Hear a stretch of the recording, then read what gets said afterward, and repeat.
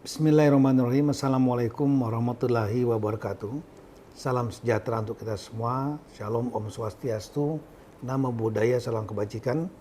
Pada kesempatan baik ini, saya beserta seluruh keluarga besar Kementerian Dalam Negeri dan Badan Nasional Pengelola Perbatasan mengucapkan selamat hari jadi yang ke-20 Kabupaten Ogan Komering Ulu Selatan.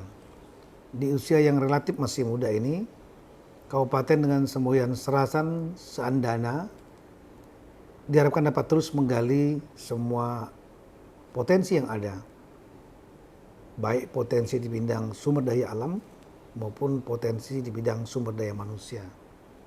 Sumber daya alam yang ada bukanlah jaminan satu daerah atau negara untuk maju, meskipun adalah modal yang sangat penting.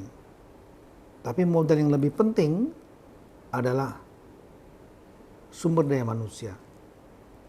Banyak negara yang sumber daya alamnya hampir tidak ada, seperti Singapura misalnya, tapi mereka bisa menjadi negara yang salah satu paling sejahtera di dunia karena sumber daya manusianya baik. Untuk itu, sumber daya manusia kita harus bangun untuk menciptakan tenaga kerja yang terdidik, terampil, dan sehat, dan unggul. Untuk itu fokus pada program-program di bidang pendidikan dan kesehatan. Pendidikan di semua tingkatan, dari yang paling rendah sampai yang tinggi, baik formal maupun juga yang informal atau vokasi keterampilan, sesuai dengan potensi wilayah yang ada. Ini harus diperbanyak dan diseriusi betul. Beberapa daerah saya yang datang beberapa waktu yang lalu, saya datang misalnya ke Papua di Kabupaten Kaimana, bupatinya mampu untuk membuat pendidikan yang gratis dari SD sampai dengan SMA. Saya berharap daerah-daerah Indonesia dapat juga melakukan hal yang sama. Salah satu yang dikerjakan adalah melakukan efisiensi anggaran.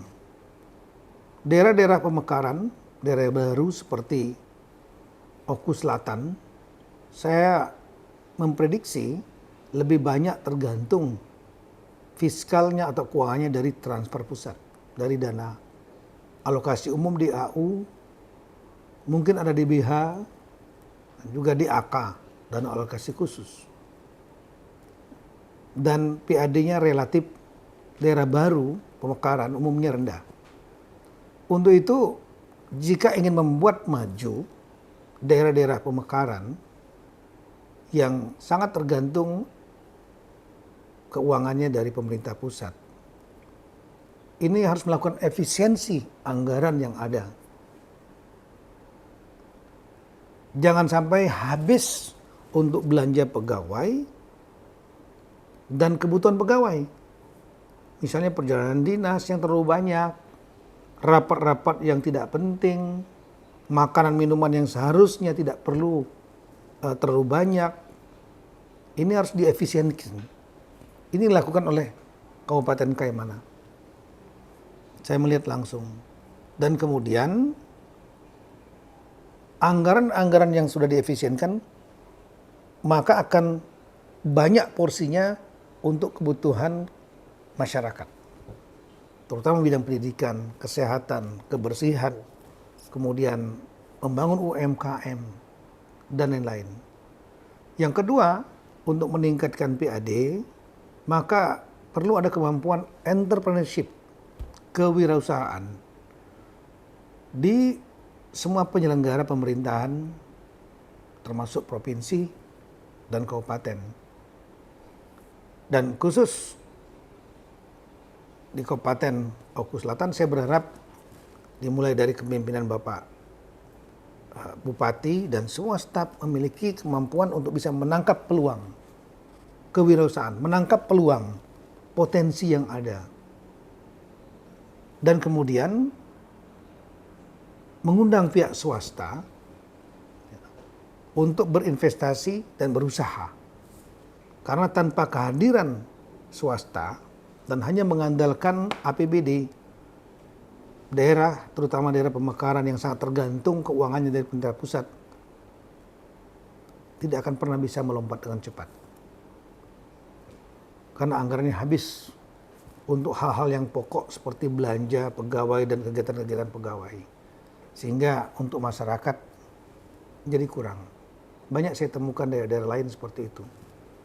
Nah, swasta untuk masuk perlu didukung oleh kepastian hukum dan kemudahan dari pemerintah. Kemudahan untuk perizinan, kemudahan untuk mendapatkan lahan, kemudahan untuk memulai jaminan kepastian hukum, tidak dilempar sana lempar sini, dimainkan di bawah, naik lagi ke atas, dibolak-balik, yang ujung-ujungnya transaksional dan akan membuat frustasi swasta dan mereka akan lari ke tempat lain. Kita tentu berharap kalau bisa swasta lokal itu dapat diberikan peran yang dari Oku Selatan sendiri. Kalau memang tidak ada atau kurang, undang dari daerah-daerah sekitar, pengusaha-pengusaha nasional yang reputasinya baik, bahkan bila perlu pengusaha internasional.